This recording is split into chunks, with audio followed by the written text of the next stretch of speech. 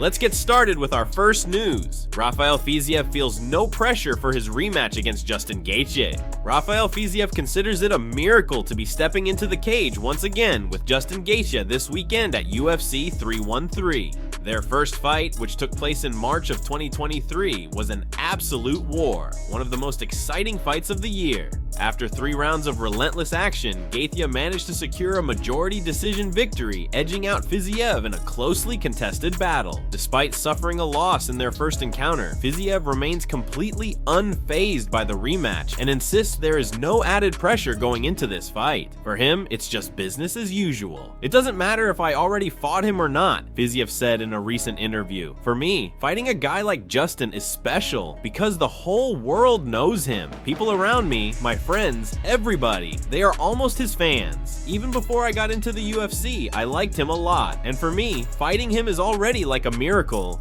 And now, a second time, it's very special to me." Beyond just the opponent, Fiziev emphasized how much it means to fight at UFC 313. The event's number holds personal significance for him, adding to the sense of destiny surrounding the rematch. "These numbers for me are very, very special, and that's why for me, it's like a miracle. I have trained all my life, fought since I was 11 or 12 years old, so for me, this is not the first time I've been in a situation like this." He reflected on his past experiences, recalling similar moments from his early days in combat sports. "Even in my amateur career, I had similar experiences. Yes, amateur and professional fighting are different, but in my amateur career, I already had moments like this. 1 week before a fight, they tell me, 'Next week, we have a country championship in hand-to-hand fighting. You want to fight?' I say, 'Let's go.' And it's not just one fight, they had 5 or 6 fights in a single tournament. So it's almost the same."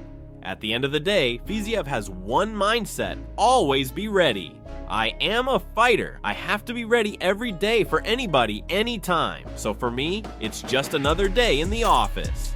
With both fighters known for their explosive striking and aggressive style, fans can expect nothing less than another war when Fiziev and Gaethje meet again inside the octagon. Moving on to our second news. Michael Bisping questions Belal Muhammad on why he refuses to fight Islam Makhachev. Michael Bisping openly questions Belal Muhammad's unwillingness to step into the octagon against Islam Makhachev. During their discussion, Bisping doesn't hold back, challenging the idea of their so-called friendship, pointing out that Belal and Islam have only trained together briefly. This raises a valid question. How close is their bond really? Is it strong enough to justify turning down a title fight? In response, Belal stands firm, explaining that his decision goes beyond just training sessions. According to him, this situation is quote-unquote much bigger than people realize. Bisping, known for his direct and no-nonsense attitude, puts Muhammad on the spot, asking, "Let me ask you this, Belal, and obviously, I don't want to be disrespectful, but we gotta ask the hard questions. Islam is moving up to 170, and then you guys say you're not going to fight each other because you're brothers. You've trained together?" A critic might say, "Bro, you shared a training room for 2 weeks, okay? You guys aren't exactly brothers." It's like, do you want to be great? Do you want to be a double champ? Put that to one side and throw down in the cage for 25 minutes, your response. Belal doesn't hesitate to defend his stance. He passionately explains, "Oh, I think it's more than that, right? It's bigger than that. Even when I did my whole camp for Sean Brady, it was in Dubai with him. We were there for 6 weeks. With them guys, Khabib and Islam, they've helped me a lot.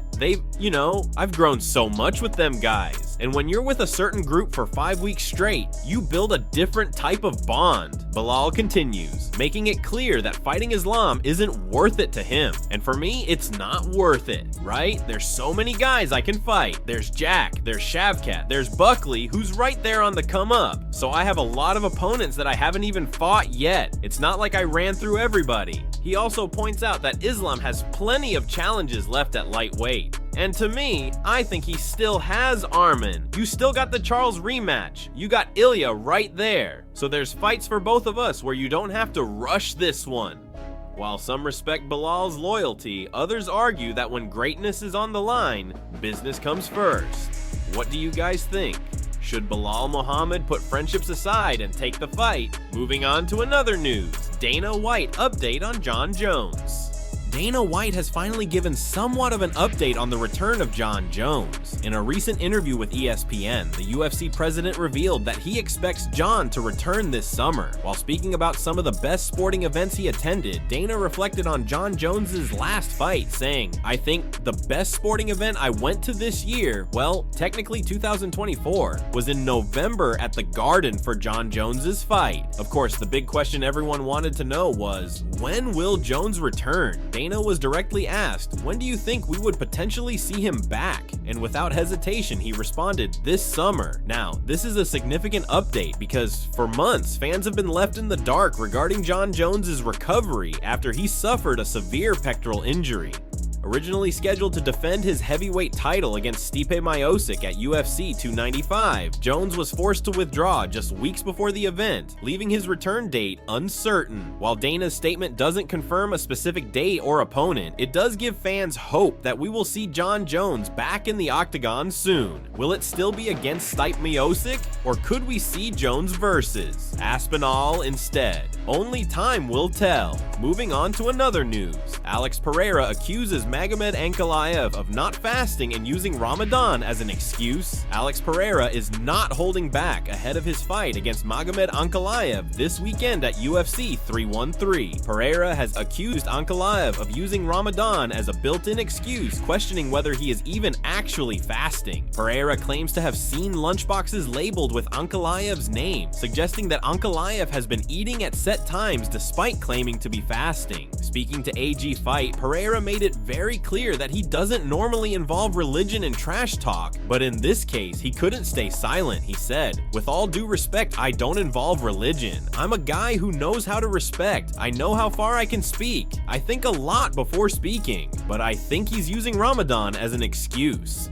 Pereira continued, "If something happens, it's like, oh, I can't because of my religion, or I lost because I couldn't recover very well and I trained too weak. But today, I went to get my lunchboxes, the UFC lunchboxes. And there were 2 bags with several lunchboxes with his name on them, all with a set time. He's not doing that fasting. He's deceiving people and telling them so he can have an excuse later." Of course, Magomed Ankalaev did not stay silent. He fired back at Alex Pereira's accusations, revealing that he will be breaking his fast during fight week due to his ongoing weight cut. Ankalaev explained, "I have been following the fast strictly, except for this week, where I will have to break it a few times because I need to make sure I drink water to have a successful weight cut." Ankalaev added, "But apart from that, I started with Ramadan. I've been fasting, and after the fight, I will obviously also follow the rules of religion." But that wasn't all. At Media Day for UFC 313, Ankalaev went a step further, suggesting that Pereira's comments weren't about fasting at all, but rather, Alex Pereira is just nervous for their fight.